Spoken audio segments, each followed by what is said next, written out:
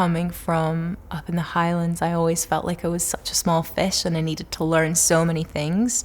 And I did, but also I think my creative intuition is something that I always had, and I didn't need to find that. So I would maybe just say to keep listening to that and you'll be fine. Never recall whenever we talk, going around in circles. Picture a small coastal town, a harbour, a big blue door, and a very old out-of-tune piano that I grew up playing. I really feel like the Highlands were a very safe, creative place for me to find my feet in music, and I came to playing instruments through the fiddle and traditional Scottish music and playing in céilí bands and singing in Gaelic. So yeah, it was quite a fun, joyful, interesting start. I was one of 7 in my primary school class, so you only have a few best friends. It wasn't the most diverse area of Scotland, so I think my family always kind of stuck out. So it was a very unique experience, but it was very safe, you know, a lot of adventuring and a lot of the outdoors, which I think is something to be super grateful for. In the house, it was a very eclectic mix of music. My stepdad was super into jazz, Great American Songbook, so he introduced all of those things into my kind of interest, into my vision. Mum would make us CDs to fall asleep to, with artists like Roberta Flack, Eva Cassidy, Norah Jones. So those are the artists that I really fell in love with, I think.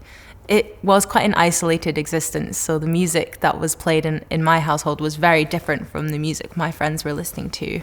It was definitely a mixture of things, and then growing up as well, salsa music was always going strong. But you've been sleep talking, and I heard you speak. To study music, I couldn't find a course in Scotland that really had everything I needed, and so I did have to venture south of the border, and I didn't necessarily want to do that, but I was struggling to find a course in a city that was within the subject that I wanted to study, and they do exist now, and it's awesome to see, and there's so many more options, but it's maybe just a little bit more of a windy road for Scottish acts to find their way, but all the more impressive when they do.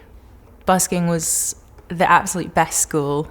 It was so vulnerable to be out in the street, you know, trying to draw people in who really were just in the middle of their day and had no obligation to stop and listen or throw you a pound or two.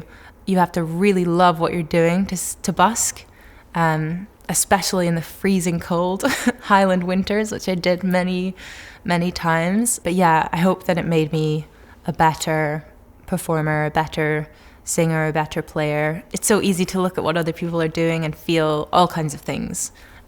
So if you can bring people closer and connect with them, even in a small way, support all level of artists, the biggest to the smallest, then I just think it feeds back into what you do positively. And I also think it's quite a unique lifestyle, you know, pursuing something like music, like songwriting, and there's not many people who understand you as much as other artists do. So yeah, I think just meeting people, gigs, festivals, everybody's so, for the most part, friendly, open, and willing to connect. So yeah, just try and embrace that, I suppose. Oh, oh, oh my God, has my luck run out? Waiting for you to shoot me down. I wouldn't necessarily say I was a born big performing personality, but I love to sing for people, and so to get to do that on any stage, anywhere, has always been a joy. And yeah, just grateful for my live career so far, from grassroots stage to this year opening for �ㄺ𝘠𝑚 in Royal Albert Hall and having like an out-of-body experience. So yeah, it's been a great journey. I just hope it continues. Green Lane Sessions is something I started back in April.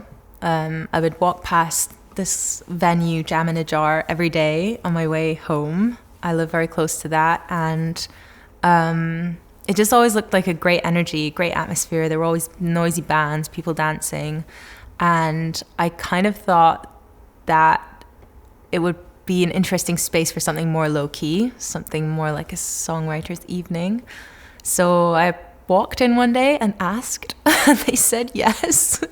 So then I had to kind of create it, and I had to stick to my word, and it's been beautiful running it once a month with 3 artists that I try to curate in an interesting way that allows the audience to really focus on each set. Keep the set small to 20 minutes, and then have a small talk with the artist, some questions that are more personal to them, and some more generic kind of interesting talking points, and that I keep the same throughout all of the sessions. And it's been a joy. I hope it continues. Hopefully we can grow maybe to grow some more branches in some way, but hopefully we just continue hosting lovely artists and giving people evenings to remember.